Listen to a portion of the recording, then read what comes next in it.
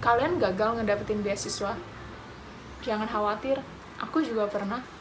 Ratusan orang atau bahkan mungkin ribuan orang di dunia ini juga pernah kok gagal mendapatkan beasiswa. Nah, di video kali ini, aku nggak akan berbagi tips-tips atau triks, tapi aku akan memotivasi teman-teman dan juga akan ngingetin teman-teman tentang hal-hal yang bisa dilakuin dan mungkin wajib dilakuin ketika teman-teman gagal mendapatkan beasiswa. Aku nggak pengen kegagalan ini nggak dinormalisasi, lalu ngebuat kita down dan benar-benar kita sampai pengen give up. Udahlah, mungkin aku memang nggak rezeki buat kuliah di luar negeri, aku nggak rezeki buat lanjut S2, S3, aku memang mungkin nggak pantas dapetin beasiswa. Nah, pikiran-pikiran kayak gitu aku pengen nggak ada di benak teman-teman. Mungkin untuk sesaat boleh lah, tapi sebenarnya banyak kok hal positif lain, hal produktif lain yang lebih penting yang perlu kita lakukan ketika kita gagal mendapatkan beasiswa.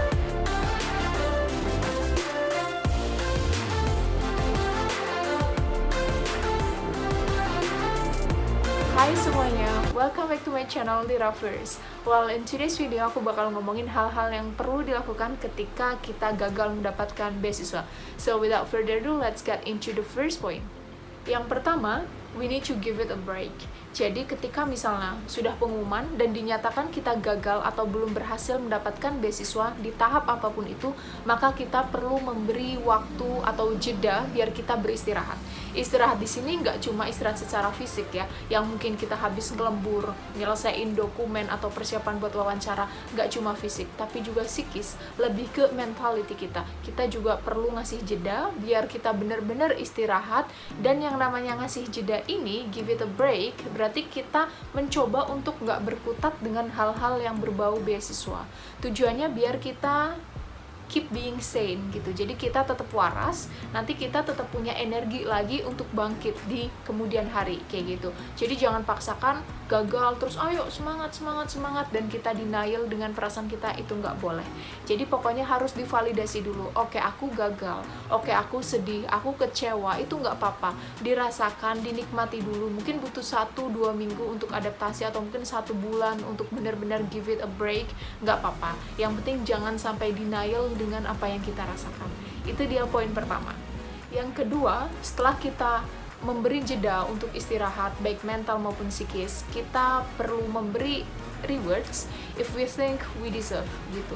Rewards ini bukan untuk kekalahan kita, bukan juga untuk keberhasilan kita karena mungkin memang kita belum berhasil, tapi lebih rewards untuk ke effort kita. Jadi ketika kita gagal, biasanya kita mikir apa ya yang menyebabkan kita gagal, padahal kita udah ngelakuin yang terbaik, kita udah mengusahakan dari A sampai Z, tapi ternyata kita masih gagal. Nah, hal-hal kayak ginilah yang perlu diapresiasi, bahwa kita udah berusaha semaksimal mungkin mengerahkan tenaga kita, pikiran kita, uang kita, dan mungkin banyak hal lain, tapi ternyata belum berhasil gitu. Jadi perlu kita kasih rewards. Rewardsnya yang tentunya bikin kita seneng. Kalau memang misalnya kita butuh waktu buat nongkrong, kita kemarin nongkrong, hari ini nongkrong, besok masih pengen nongkrong lagi, ya nggak apa-apa, itu sekadar rewards. Yang penting selama itu masih positif, maka nggak apa-apa. Atau mungkin kita beli sesuatu yang bikin kita happy, kita treat kita dengan makan makanan mahal misalnya, dan hal-hal lain, bisa beli baju atau nonton Netflix, binge watching misalnya, dan lain sebagainya gitu. Jadi bener-bener kalau memang kita ngerasa kita deserve diri kita ini untuk dikasih rewards, maka kasihlah rewards. Don't be too hard to yourself. Jangan terlalu keras sama diri sendiri. Kalau misal bukan kita yang menyayangi, mau siapa lagi gitu kan. Jadi silahkan difikirkan kira-kira rewards yang membuat kita senang apa. Itu baik banget. Tujuannya ketika kita recover lagi, nanti biar bener-bener kita kayak udah ngerasain proses recovery yang maksimal, termasuk kayak udah dikasih obat, dikasih treatment dengan cara rewards itu. Nah, ngomongin masalah rewards untuk diri sendiri, kita juga bisa loh ngasih treatment untuk tubuh kita biar tubuh kita tetap fresh, tetap semangat, dan energinya tetap positif gitu. Jadi kalau aku sih biasanya nge-treat tubuh aku dengan rangkaian body care dari Scarlett. Nah, yang seru lagi ada produk terbaru loh dari Scarlett. Jadi ini lebih tepatnya varian baru ya, varian coffee. Ini benar-benar saat ini jujur jadi favorit aku. Tapi aku nggak tahu kalau nanti ternyata Scarlett punya produk baru lagi atau varian baru lagi. Biasanya tuh bener-bener menarik banget gitu loh. Jadi lagi-lagi favoritnya jadi banyak deh. Nah, jadi buat temen-temen yang mungkin belum tahu, Scarlett punya varian coffee untuk body scrubnya. ini bener-bener aku nggak bohong ya, mantap banget baunya, aku suka banget. Dan yang bikin aku kesel, ternyata orang-orang rumah juga pada suka. Jadi ini tuh sampai sabunnya juga udah mau tinggal setengah kan, ini udah segini, karena memang banyak yang pakai, gak cuma aku di rumah itu pada suka gitu. Tapi terbukti banget, ini memang mantap. Nah, coba akan aku bahas satu persatu. Jadi yang pertama, ketika kita mau pakai serangkaian body care dari Scarlett, kita bisa pakai yang body scrubnya dulu. Ini sesuai namanya body scrub, dalamnya ada scrubnya, dan scrubnya itu lembut banget. Bisa dilihat teksturnya itu lembut, dan ini dipakainya sekitar 1 atau 2 kali seminggu lah, jadi nggak usah tiap hari kalau pakai body scrub itu. Tujuannya untuk melembabkan kulit, menutrisi kulit, ini juga bisa membantu mengangkat sel-sel kulit mati gitu. Jadi cukup digosokkan aja, terus jangan lupa setelah pakai scrub ini dioleskan ke tubuh kita, tunggu sekitar 2-3 menit gitu, biar meresap ya. Kayak kalau kita lagi bubuin ayam gitu kan, harus ditunggu dulu. Nah, setelah nanti meresap, kita bisa mulai gosok-gosok gitu. Nanti kalau udah pakai body scrub ini, kita bisa lanjut ke step berikutnya, yang kedua, yaitu kita pakai ini dia.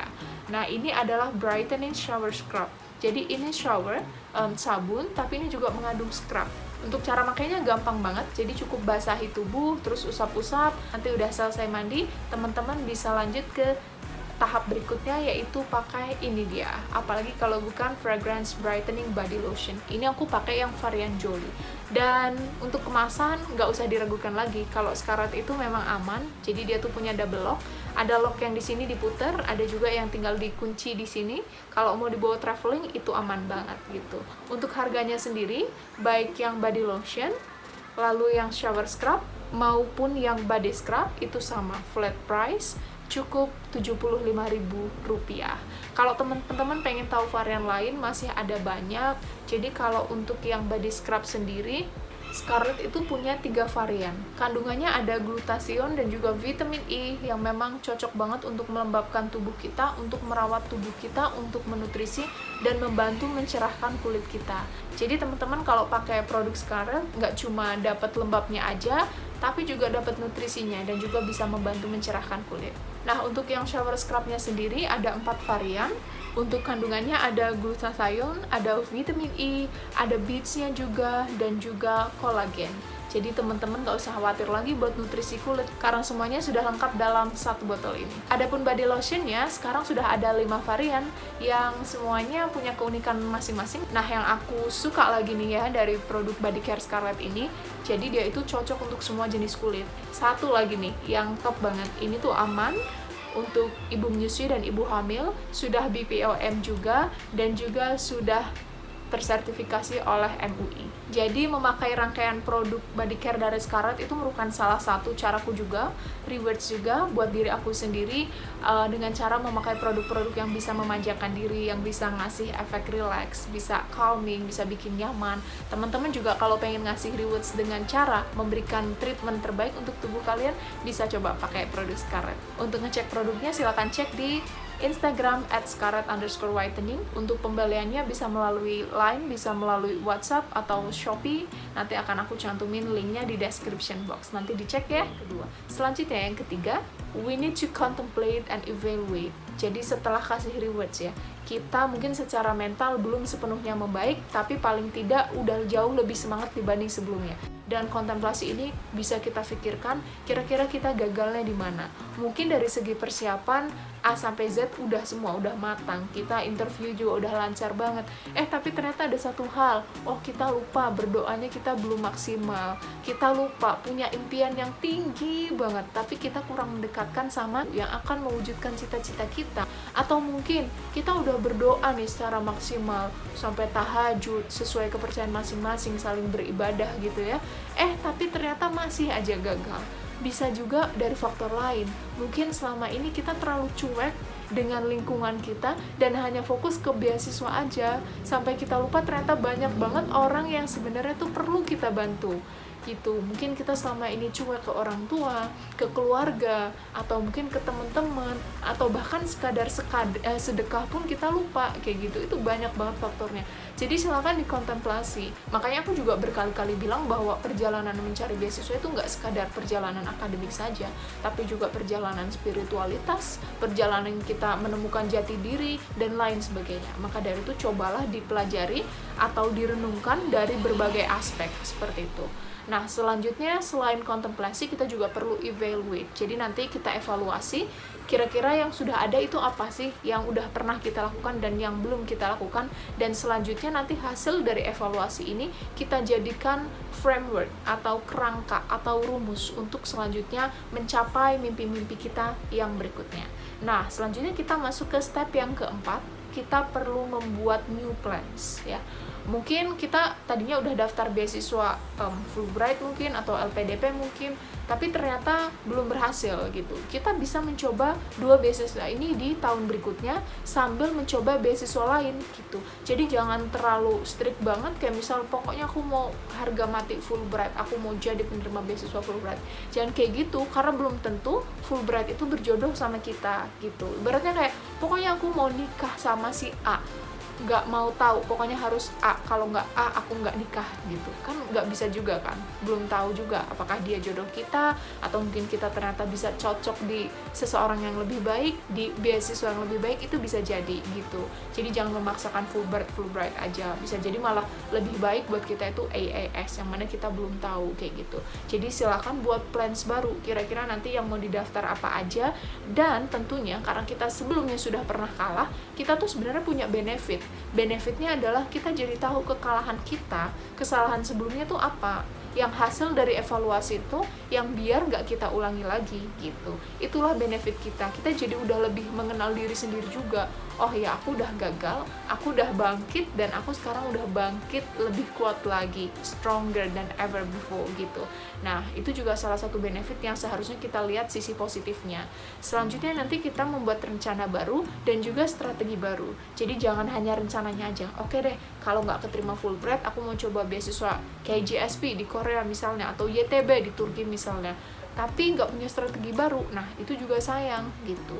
Dan tentunya strategi tiap beasiswa itu beda. Strategi yang kita gunakan untuk daftar LPDP nggak bisa digunakan untuk daftar beasiswa Chevening gitu kan, karena tiap beasiswa ingat punya karakter yang berbeda dan punya demand yang berbeda juga. Jadi silakan buat strateginya masing-masing, custom gitu. Selanjutnya yang kelima adalah take action and be ready for whatever comes.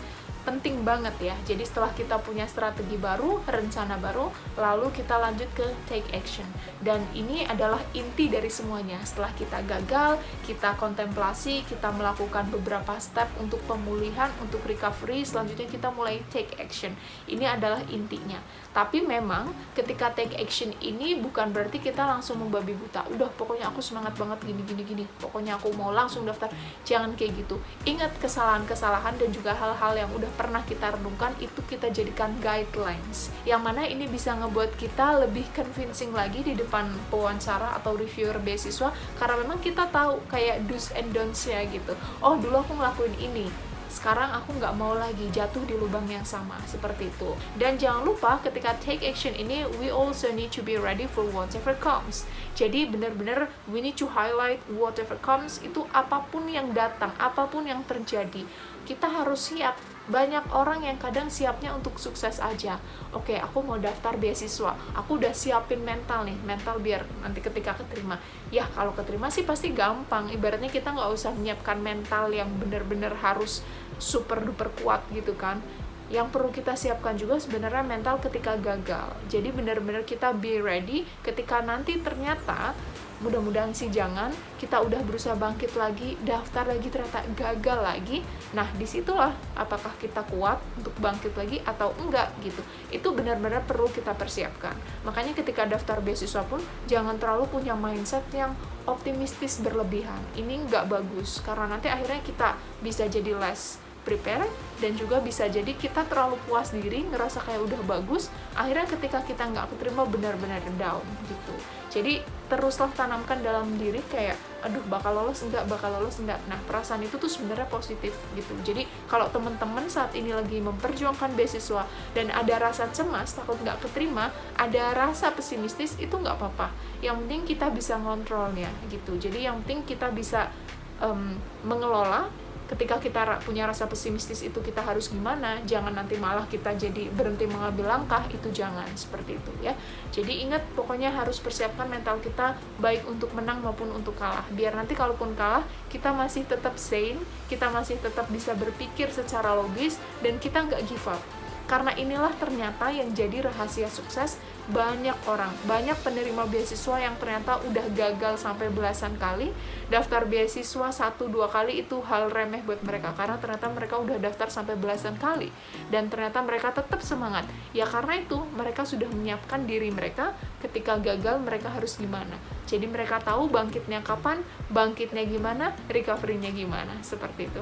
Well, teman-teman, cukup segini dulu untuk video kali ini. Aku tetap berharap mudah-mudahan teman-teman dapetin yang terbaik. Kalaupun memang gagal, kalaupun memang itu adalah prosesnya, maka mudah-mudahan teman-teman juga bisa menikmati prosesnya untuk kemudian bisa bangkit lebih kuat lagi. Kalau teman-teman punya saran buat video selanjutnya, silahkan komen di bawah, dan kalau punya pertanyaan boleh juga komen di bawah. Thank you, bye!